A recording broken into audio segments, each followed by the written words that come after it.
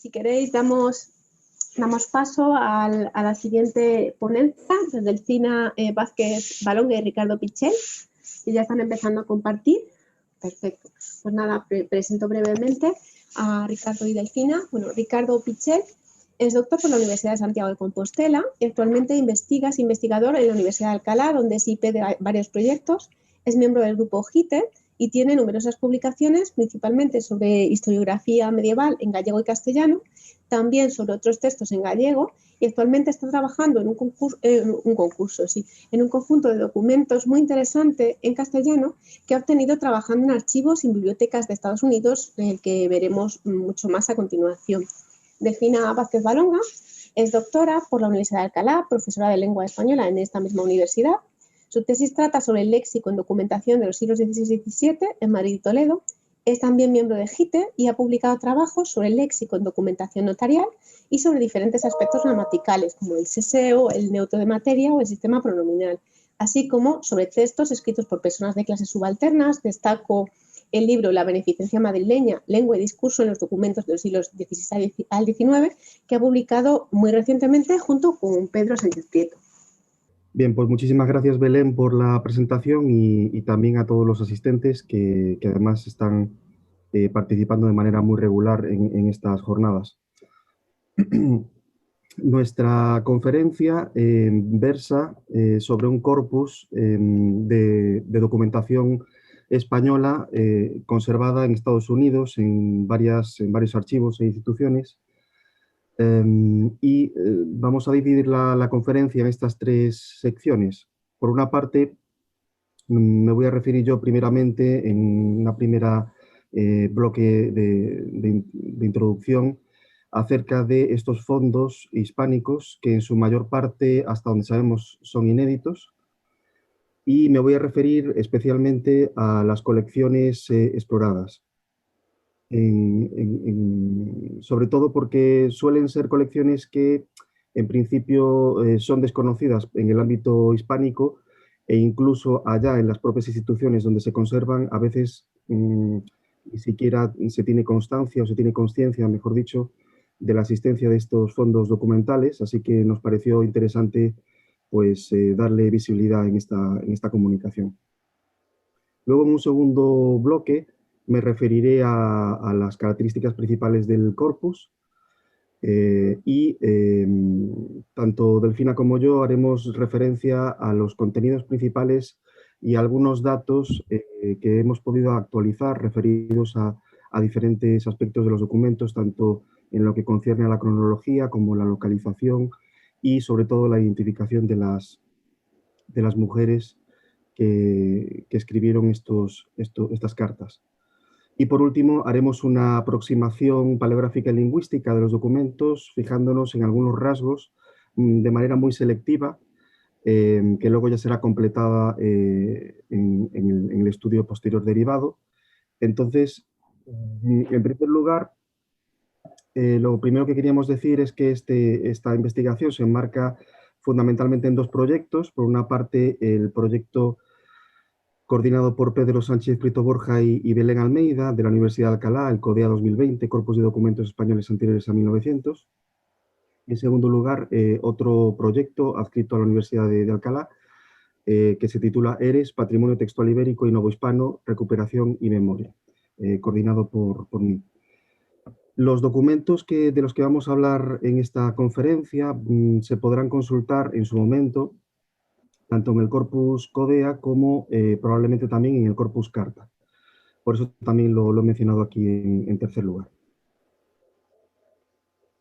En cuanto a las instituciones y colecciones exploradas y de las que extraímos esta documentación, fundamentalmente en este caso nos vamos a referir a dos universidades, la Universidad de Kentucky en Lexington y la Universidad de Wisconsin-Madison, donde hay dos conjuntos documentales extensísimos, muy poco explorados en realidad, y que proceden de un conjunto documental que en los años 50, creo que es en los años 50, fue vendido a estas instituciones y que procede del extensísimo patrimonio textual del bibliófilo, librero, anticuario, coleccionista Josep Porter, que como probablemente muchos de vosotros ya sabréis, es una figura importantísima pues, en el siglo XX. Eh, eh, Creo que aquí tengo una fotografía. Tanto desde el punto de vista de coleccionismo, de la bibliofilia, como desde el punto de vista ya más profesional, pues regentó durante muchas décadas una librería allí en Barcelona. Y posteriormente, tras el cierre de esta librería, creo que es en 1980-81, muchos de sus fondos se vendieron, se dispersaron, pero ya anteriormente, como digo, en la década de los 50 aproximadamente, pues ya sí que hubo una serie de ventas y una gran parte de esa documentación acabó en Estados Unidos, concretamente en estas dos bibliotecas. Ambos fondos fueron catalogados en los años 80. Estos catálogos no fueron publicados y son estos dos que tenéis aquí. El primero es el catálogo de John Lihany de 1984, de la Universidad de Kentucky, un profesor de allí. Y el segundo es el catálogo elaborado un poco caseramente en la Universidad de Wisconsin-Madison, donde se puede consultar toda la documentación. Como dije antes, son dos fondos importantísimos. El primero tiene casi 1 millar de documentos, desde el siglo XIII hasta el XIX. Si no recuerdo mal, está parcial o incluso ya del todo digitalizado y disponible por Internet, con lo cual es muy fácil encontrarlo dentro de la web de la Margaret King Library de la Universidad de Kentucky. Y en cuanto a la de Madison, esta creo que no está digitalizada, y se trata de una colección de 2.500 documentos aproximadamente, también desde época medieval, siglo XIV, el más antiguo, hasta el siglo XX. Con lo cual, como podéis ver, son dos fondos extremadamente importantes para explorar.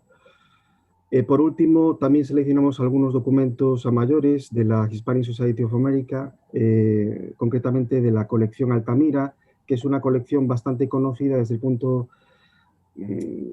desde que hace unos años, no sé exactamente cuándo, hace unos años se publicó por parte de Geoffrey Parker una nueva colección de cartas de Carlos V, que se encontraban en esta colección, pero además de este fondo histórico tan importante, hay otra documentación que pasó hasta hace poco pues, inadvertida, y que entre otros tipos de documentos pues también tiene cartas escritas por mujeres de los siglos en los que aquí nos ocupamos, y bueno, luego veréis cuáles son. Pasando un poco a describir rápidamente el corpus, se trata de, en este caso, y para lo que vamos a presentar en esta conferencia, se trata de 15 documentos, autógrafos, cartas particulares, emitidas por una serie de mujeres pertenecientes a la alta nobleza. Aquí tenéis algunas de ellas. Se trata de la duquesa de Osuna, la marquesa de Tábara, la condesa de Elda, la condesa de Lemos, la marquesa de Monterrey, la condesa de Vallehermoso y duquesa de Montemar, y por último la baronesa de Scritch. Además, también incluimos en este pequeño corpus 5 cartas adicionales de religiosas, algunas de las cuales también fueron emitidas por nobles, ¿no? Como en el caso de Tomás Antonia de la Cerda, que es hija del conde de Paredes, ¿no? Creo que era así. Las otras cartas emitidas por religiosas, no estamos seguros en todos los casos de la identificación de la emisora, pero con bastante seguridad en el caso de la abadesa del convento de Nuestra Señora del Espino de Vivar del Cid, y en el caso último de Sor Juana de la Concepción, probablemente también estemos delante de nobles, de mujeres nobles. En cuanto a la cronología, pues como veis está repartido entre el siglo XVII y XVIII, desde inicios del XVII hasta finales del XVIII. Y en cuanto a la localización, la mayor no, una parte de la documentación fue emitida desde Madrid, también Aranjuez, y luego tenemos otros documentos de Valencia, Cádiz, Burgos, Zaragoza, Jaén y quizás, tal vez dos de ellos, desde el convento del Ángel de Granada, pero esto todavía tenemos que estudiarlo con un poco más de calma porque no estamos del todo seguros. También hay dos documentos emitidos, uno desde Nápoles y otro desde Bruselas.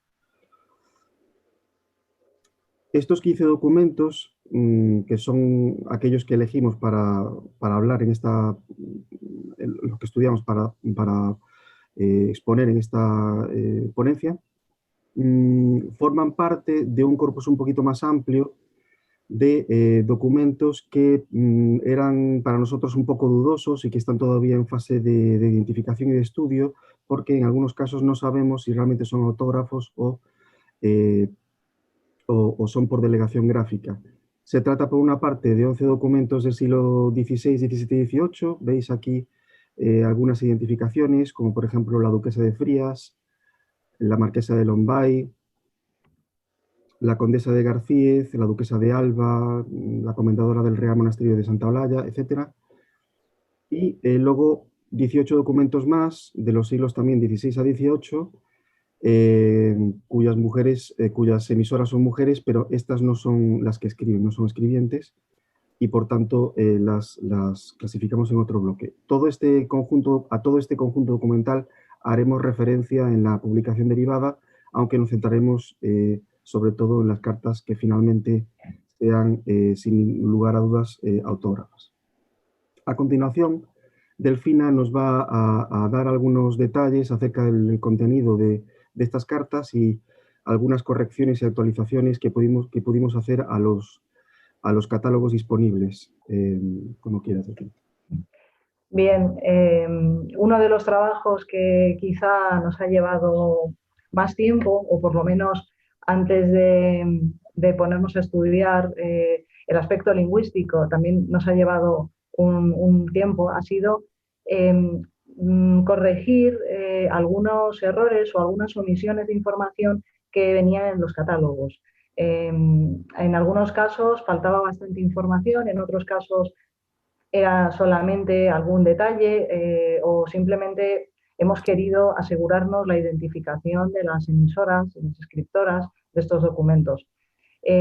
Por ejemplo, en este documento que pueden ver de la Hispanic Society of America, pueden ver que la duquesa de Osuna, que es quien escribe, bueno, viene bien apuntado, es la duquesa de Osuna, cuenta algunas novedades a su hermano, el duque de Alcalá de los Azules, pero faltaba la fecha, el año. Entonces, después de estar indagando, hemos podido indicar un periodo de tiempo entre 1616 y 1620. Y esto se debe a que el duque de Osuna, el marido de Catalina Enríquez de Rivera, fue designado virrey de Nápoles y estuvo en esos 4 años.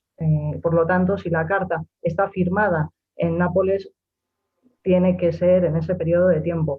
Es cierto que Catalina Enríquez habla de un regreso próximo, parece, a España, pero no sabemos si fue el regreso definitivo. Si fuera así, la fecha sería más bien 1619-1620.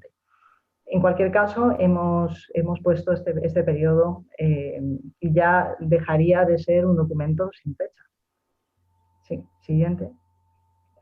Bueno, en el caso de esta carta, realmente tuvimos que identificar a la emisora, porque en el catálogo de la Universidad de Kentucky decía erróneamente que era la marquesa de Pora. Aquí realmente no sabíamos muy bien. Estuvimos mirando y realmente en la firma se puede leer que es la marquesa de Tábara. La marquesa de Tábara, en el año 1662, por suerte tenemos esa fecha, eso es muy importante. La marquesa de Tábara, digo, en este año, la marquesa consorte era Ana de Borja y Centelles, hija del duque de Gandía. Esta carta está dirigida a su padre, por lo tanto es a este noble, precisamente, al octavo duque de Gandía. Francisco, si no recuerdo mal, Francisco Pascual de Borja y Centelles. Por lo tanto, el nombre de la escritora y la identidad y el título correcto lo teníamos ya encontrado. Sí, siguiente. De la misma escritora tenemos esta otra carta, también de la colección Altamira, que bueno, es de 20 años más tarde, pero en cualquier caso hemos podido ver que es también Ana de Borja y Centelles.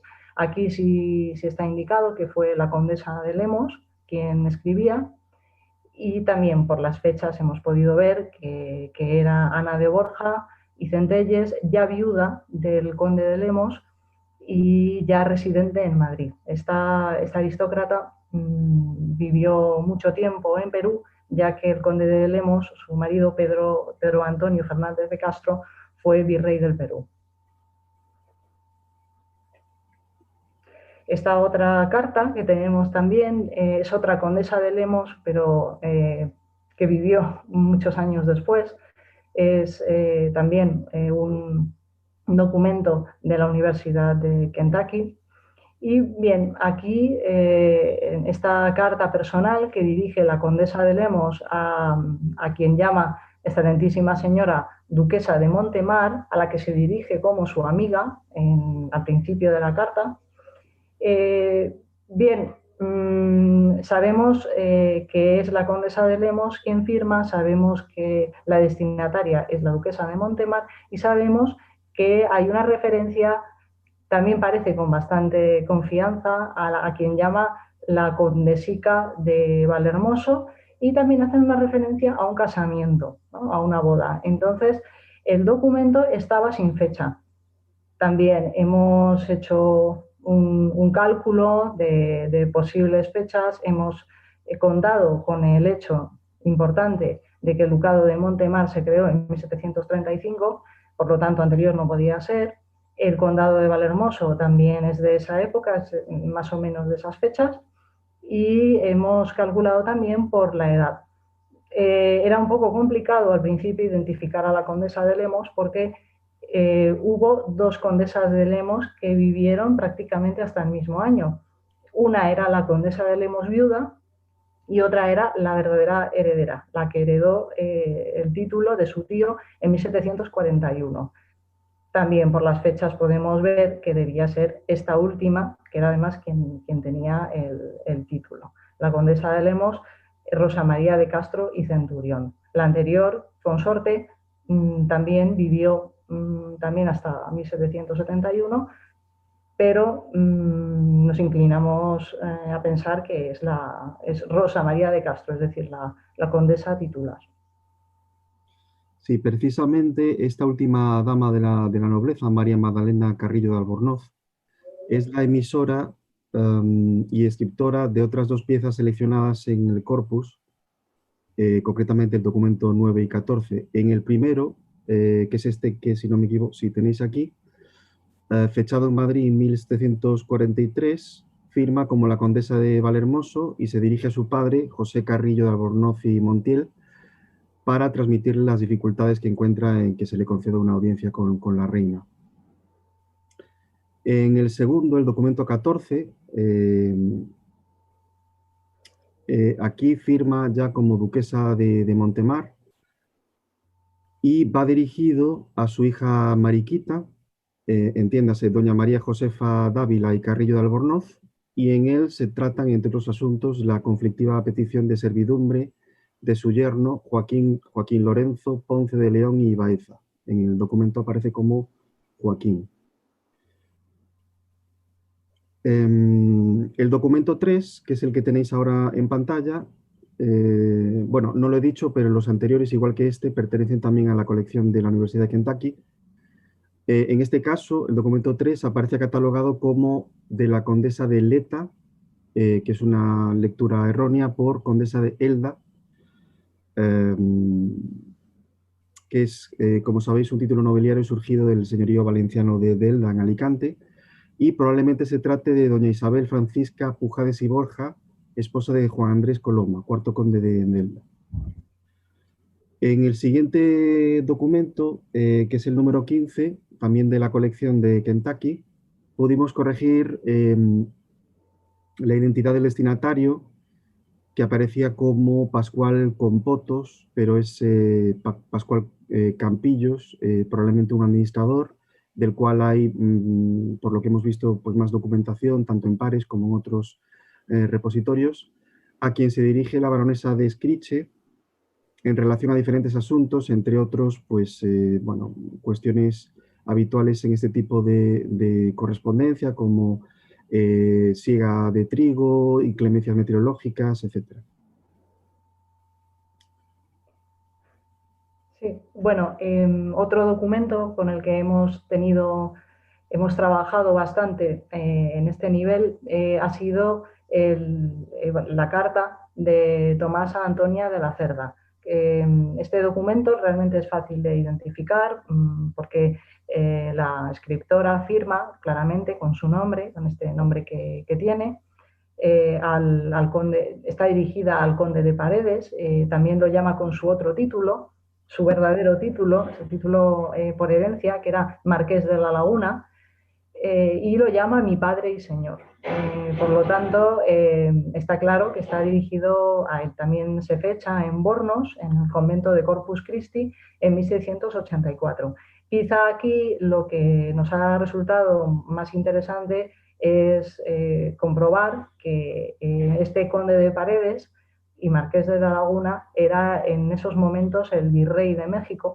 Fue un cortesano bastante importante y dentro de la historia de los virreyes de este país, bueno, de este virreinato, todo lo que comprendía este virreinato, realmente fue bastante importante y de hecho su esposa, que era la novena, creo, condesa de Paredes, María Luisa Manrique de Lara, fue la protectora de Sor Juana Inés de la Cruz. Quizá por eso ha pasado más a la historia.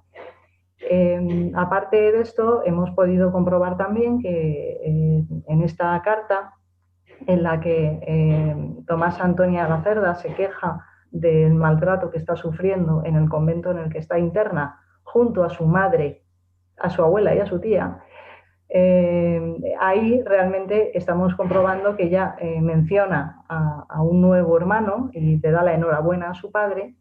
Y este hermano realmente es el que había nacido en 1683 en México y que acabó sucediendo a sus padres con los títulos que ostentaban. Por lo tanto, hemos podido saber un poco más y de hecho, ahora no lo veo, pero estaba la imagen de eso, exactamente. Tenemos aquí el retrato de Tomás Antonio de la Cerda, conde de Paredes y marqués de la Laguna, padre de Tomasa y, bueno, destinatario de todas las quejas que ésta le escribe por esa mala situación que tiene en la clausura.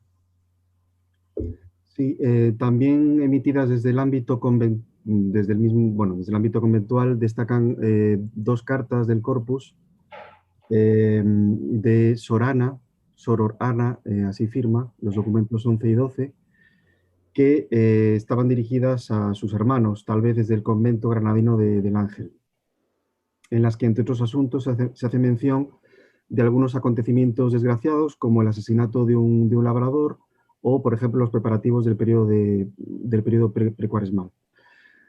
Una de las cartas no está fechada, pero sabemos que no es anterior a 1755, pues en ella se hace mención, al parecer como un acontecimiento reciente, al conocido terremoto de Lisboa, acontecido aquel año en el Día de Todos los Santos.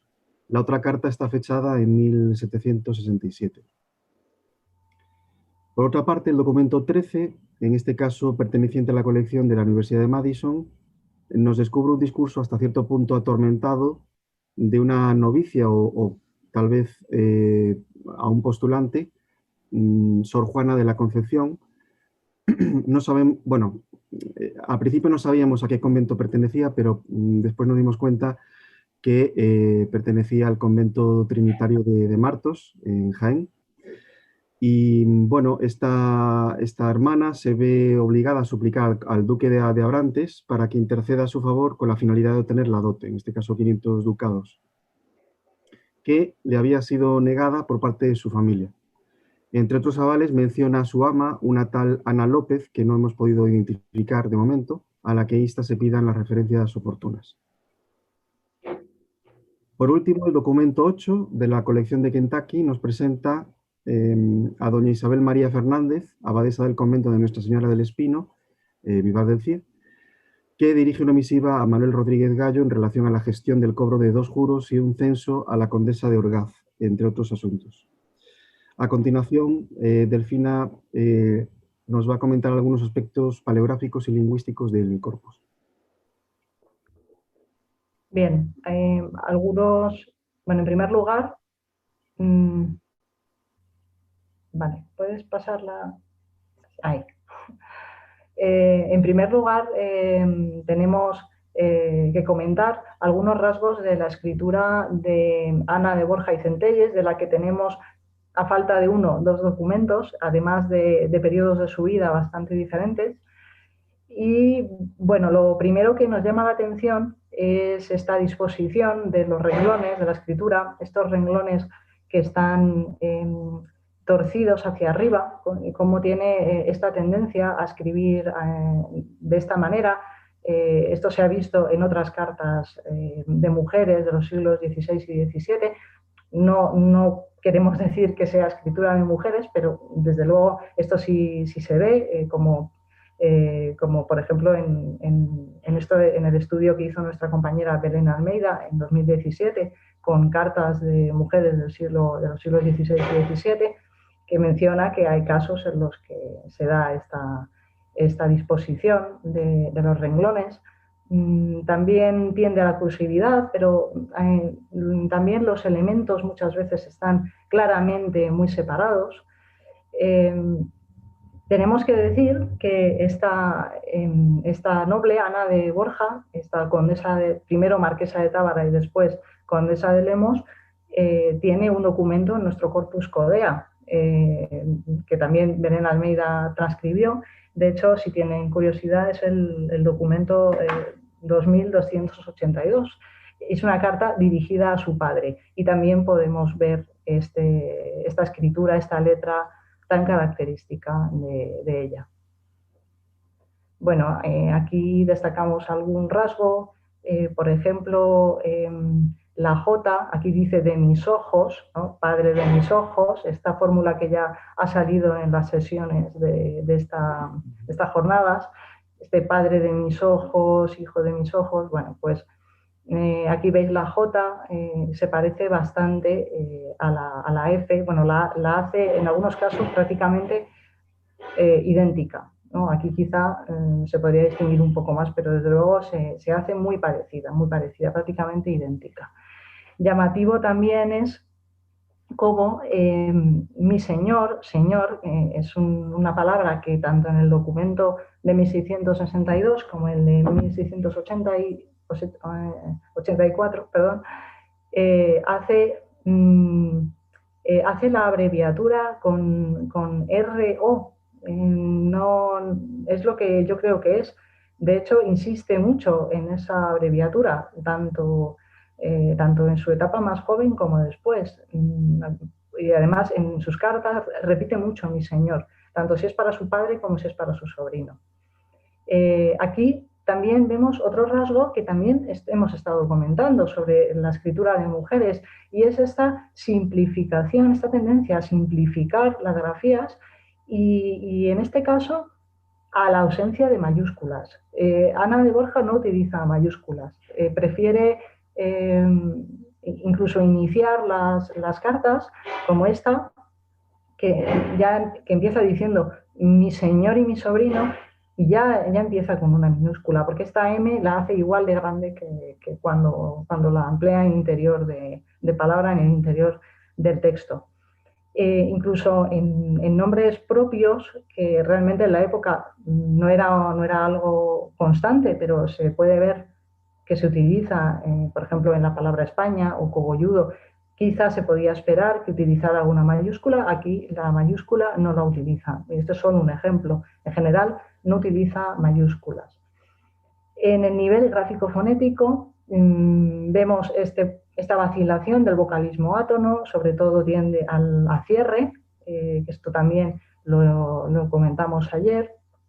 Bueno, pues por ejemplo aquí misericordia, pues escribe misericordia, esto unido ya a su confusión de sibilantes. Confluencia fónica, algo muy habitual, ella prácticamente siempre lo refleja. Y tenemos el seseo, ¿no? Lo que seguramente refleja sus usos seseantes. Por ejemplo, en la primera carta, cuando está casada con el marqués de Tábara, pone favorecida, 10, que aquí, bueno, pone 10, pero es 10.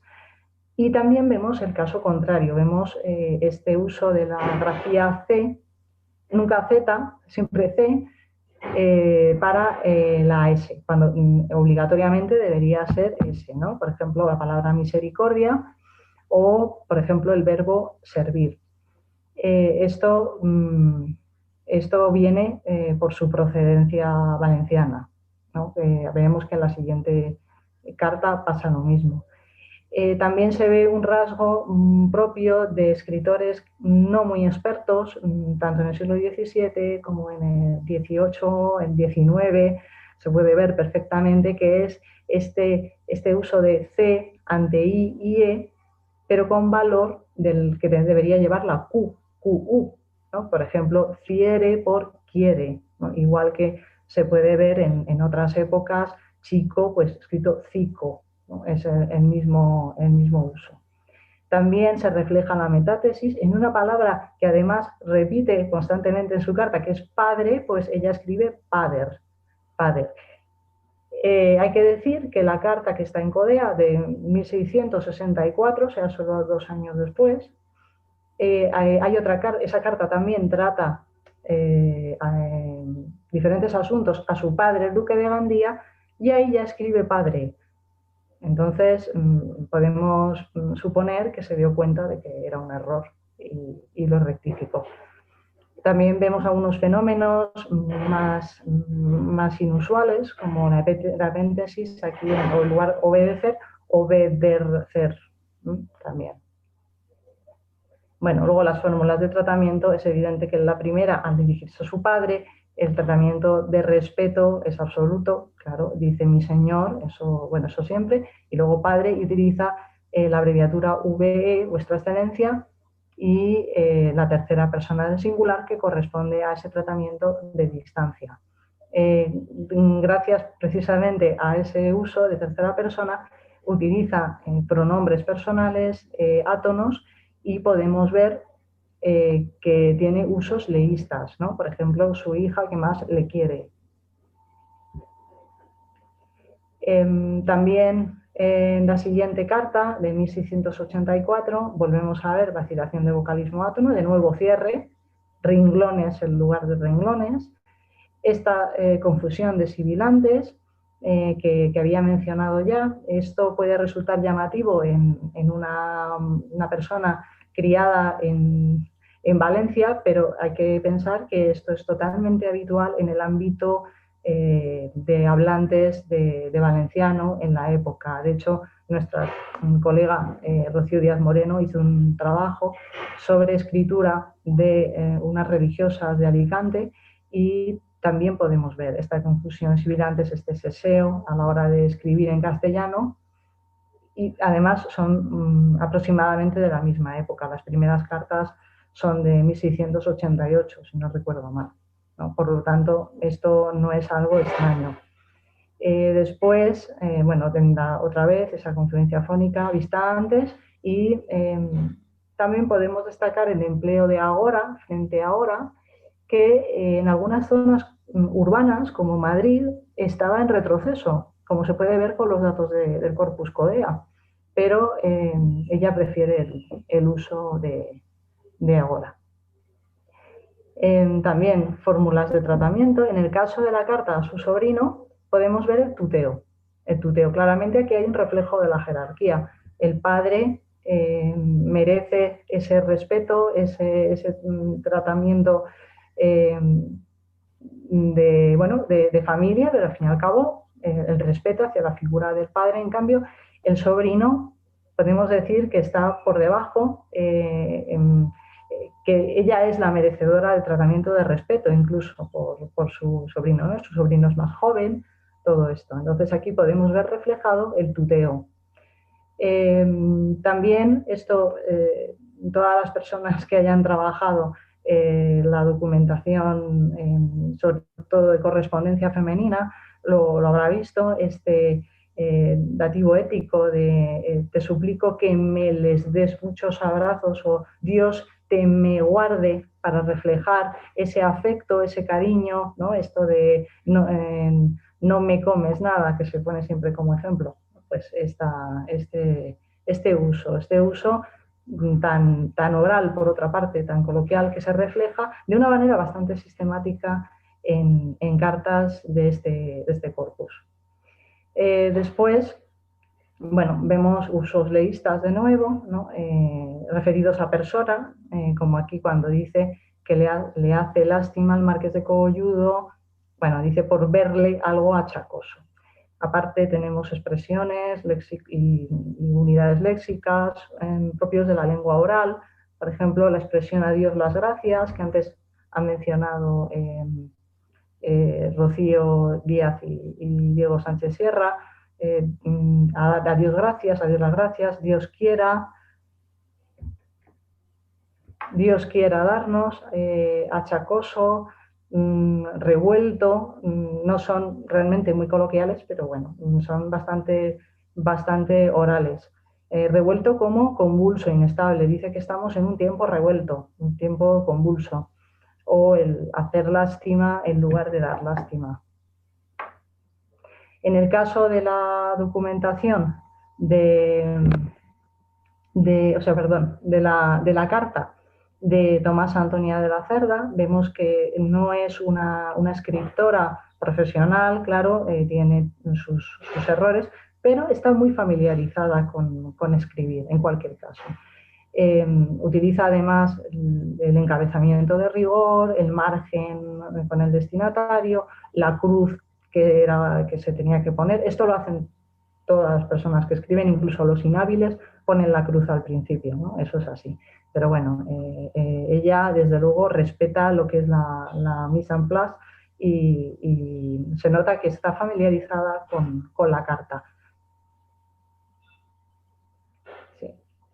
Bueno, también está familiarizada con las abreviaturas, utiliza perfectamente excelentísimo, señor, las más habituales, vuestra excelencia seguramente, porque había escrito en otras ocasiones a su padre, sobre todo si pensamos que estaba en México y ella estaba en Cádiz. Tenía que escribirle con cierta frecuencia. Pero claro, por otro lado, en algunas abreviaturas, o no sé si decir abreviaturas o palabras completas, hay un pequeño cruce. Por ejemplo, escribe suplico y ahí la escribe suplico como una palabra sin abreviar, pero claramente le ha influido esta doble P del suplico abreviado que se solía ver en los documentos más oficiales, en las solicitudes y demás. Y también omite la I, pero no pone esa C o arriba. O sea, realmente ha hecho un pequeño híbrido entre lo que es la abreviatura y la palabra completa. También vemos, por ejemplo, guarde, pues no pone G con una E volada, sino pone una E a la misma altura que la U, pero después inserta una U arriba. Realmente duda cómo hacer la abreviatura. Esto es propio de mano inhábil. Esto en el siglo XIX también, bueno, incluso en el XIX se puede ver cómo las abreviaturas a veces no se desarrollan bien. Y es curioso el caso de Christi, ¿no? De Corpus Christi, que, aparte de que la C parece una E, pero es que hay un cruce claramente con esa abreviatura de Cristo, XPO, que es lo que seguramente motivó que escribiera Christi como CRPTI, que realmente no tendría mucho sentido. Otra prueba de que es una escritora que tiene dudas a la hora de enfrentarse a algunas dudas, no escribe, por supuesto, pero tiene ciertas dudas en su ejecución, es que hay muchas correcciones. Un texto sobrescrito, tachado.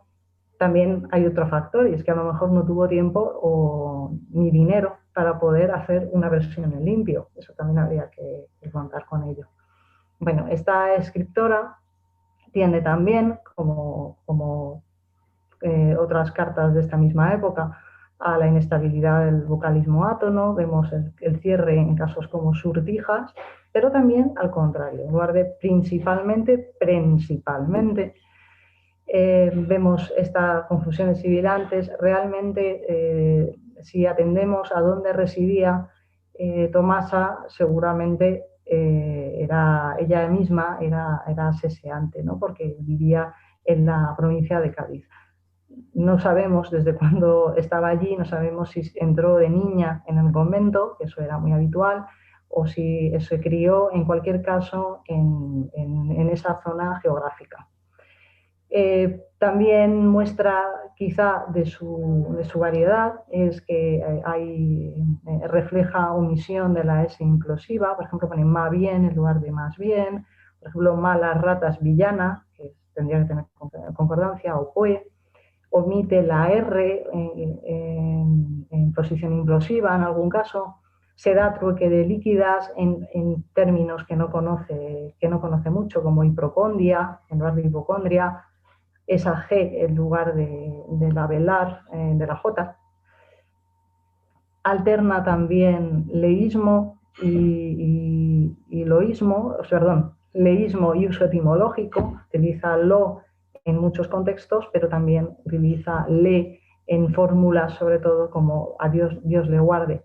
Utiliza usos léxico peyorativo y introduce el diminutivo afectivo, más que atenuador, afectivo, como por ejemplo la pobrecita, estoy muy endeblita, que es en lugar de endeble, pues estoy endeblita.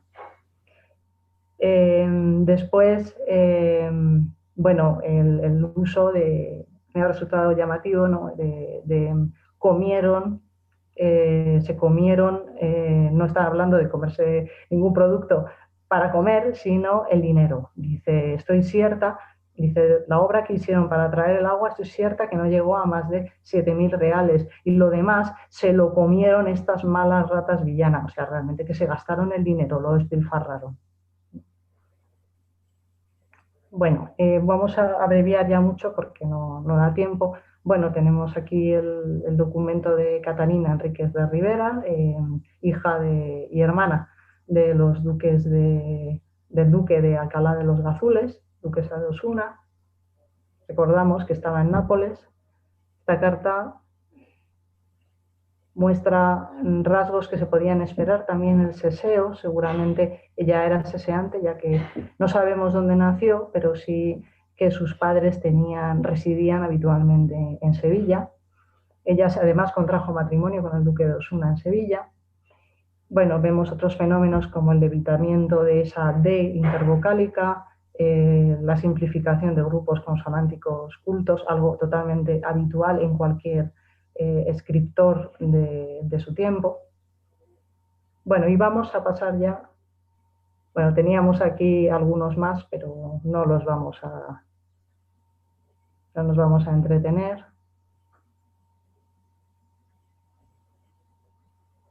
Bueno,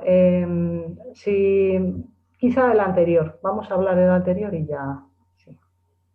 Vale, bueno, simplemente este documento de la Vanonesa de Escrique realmente me parecía interesante, relacionado con lo que hemos visto en estas sesiones, que es estos usos ya en el siglo XVIII más más familiares, la Simona, la María, y también cómo se dirige al interlocutor directamente por el nombre de pila. En la documentación anterior del siglo XVIII que hemos analizado también se ven usos afectivos, usos más familiares.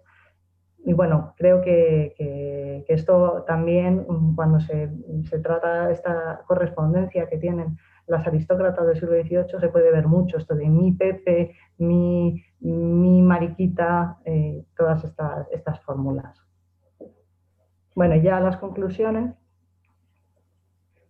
Bueno, hemos querido acercarnos a este corpus inédito de Estados Unidos, entre otras cosas, porque consiste en recuperar el patrimonio documental hispano, en especial de mujeres, bueno, en general, por supuesto, pero en especial de mujeres, precisamente porque es más difícil de encontrar y tiene un especial valor, ¿no? Eso es así.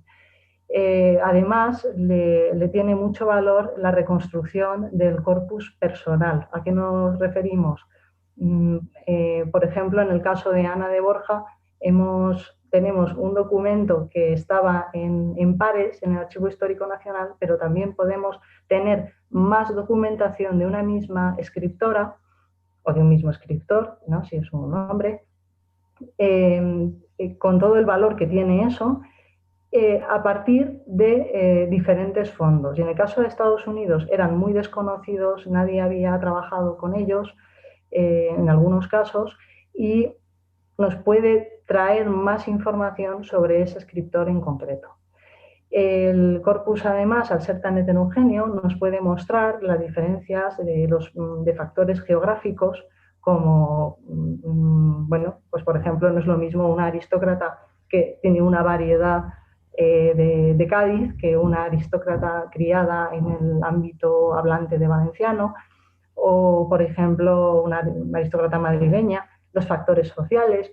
No es lo mismo cómo escribe una monja como escribe una mujer que no tiene una vida religiosa en un convento.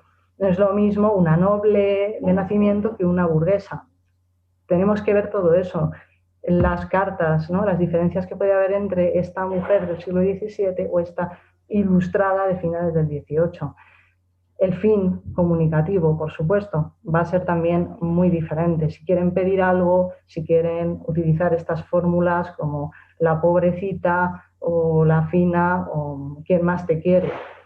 Y, por supuesto, al final todo esto serán nuevos datos que tenemos que seguir buscando para el estudio de una escritura de mujeres, que es escritura de mujeres que tenemos que saber más, y además lo tenemos que estudiar en diferentes niveles de estudio, tanto pragmático, fonético, paleográfico, etc. Y por lo demás, esto es todo y muchísimas gracias por vuestra atención. Vale, pues muchísimas gracias a vosotros por vuestra intervención tan interesante. Y nada, vamos a pasar a ver si tenemos observaciones o preguntas de personas del público. María Ángeles ha comentado hace un rato que hacer lástima como dar lástima parece una adaptación del valenciano. Esto, teniendo en cuenta la emisora, podría ser, sí, ¿no? Podría ser, sí, pues muy interesante, sí, lo apuntamos. Luego Laura Martínez está comentando que quizás se puede tirar de la idea de que la abreviatura SRO para señor es más frecuente en el portugués que en el castellano. Sí, esto sí es que es curioso. Sí. Bueno, si no hay preguntas, yo querría preguntaros, supongo que lo sabéis, cómo han llegado estos fondos a Estados Unidos. Porque, claro, es llamativo ver fondos españoles, no castellanos españoles, en Estados Unidos. Pues eso Ricardo lo sabe más. Sí, a ver, la historia de de la llegada a Estados Unidos de estos documentos tiene que ver con esa época justo antes de los años 60, cuando se empezó a regular bueno, todo lo que tenía que ver con el tráfico de bienes culturales y expolios y demás. Y justo pues antes de esa década, pues, y sobre todo si nos remontamos a, bueno, pues a principios de siglo, ya como con los últimos coletazos de la desamortización y demás, pues este tipo de ventas y de salidas un poco así medio irregulares, pues eran bastante frecuentes, y en este caso pues tengo entendido que una gran parte de la documentación que le llegó a Josep Porter provenía de Salvador Bobra, puede ser, otro bibliófilo importante de los siglos XIX-XX. No sé, no sabemos por qué razón, pues en los años 50 pues, decidió pues eso, vender una parte de la documentación, y nada, llegó a un trato con el director de la biblioteca, en este caso primero de la Universidad de Kentucky, Lawrence, no sé cuántos, no me acuerdo, y nada, quedó allí. Es muy frecuente, desde luego. Hay muchísimos fondos en Estados Unidos, en bastantes bibliotecas universitarias y otras instituciones, cuya documentación llegó de esta manera, a través de este tipo de ventas en la primera mitad del siglo XX o mediados, por ahí. Obviamente el caso paradigmático ya un poquito más a principio sería el de Huntington, de la Hispanic Society, pero bueno, hay otros casos. Estaba leyendo antes que precisamente, no sé si era este señor del que hablaba, Salvador Bobra, también de Barcelona, creo. Creo que vendió, bueno, también en esta época es cuando se venden claustros, rejas, etcétera, todo esto, y precisamente, pues bueno, es la época en la que todo esto se estilaba bastante, por desgracia. Entonces, Vale, pues muy interesante. Sí, estaba diciendo Esther García, conventos reconstruidos en la Florida y Herminia Provencio, que el rastreo de este tipo de corpus es apasionante. Pues sí, desde luego es interesantísimo, y es verdad que son cosas que hasta hace poco no se conocían, y de hecho que se conocen no están online, sino que tuviste que pasearte a Estados Unidos para... sí, en este caso, además, en Kentucky, cuando llegué allí y empecé a ver toda la documentación, poco después me di cuenta que estaba digitalizado en parte, y bueno, pude sacar las fotografías de lo que no estaba todavía, pero yo creo que en la actualidad ya está. Esto fue hace ya 3, 4 años, así que creo que ya debe estar todo. Y es increíble, incluso la gente de allí a veces ni siquiera sabe lo que tienen. Hay tanta documentación dispersa que ya no se sabe dónde está, ¿no? Entonces... No, por eso es doblemente valioso. Incluso las cosas que se conocen, no tenerlas todas unificadas o conocidas. Bueno, claro, una cosa es que la conozca alguien, pero si no lo conoces tú, al final está perdido para tu investigación. Pues muchas gracias. Bueno, y también lo que sé, que también en estas bibliotecas y archivos hay documentación en español, pero americana, es decir, de Estados Unidos, eso también es muy interesante. Sí, por ejemplo, en la Benson Library de Austin, pues ahí hay muchísima documentación. Por supuesto, en la Hispanic, en varias, en la Huntington Library en Pasadena, en California, también hay muchísimo. En la Newberry Library hay bastante documentación allí, sí. Te queda mucho trabajo, os queda mucho trabajo. Gracias. Gracias estos próximos meses y años.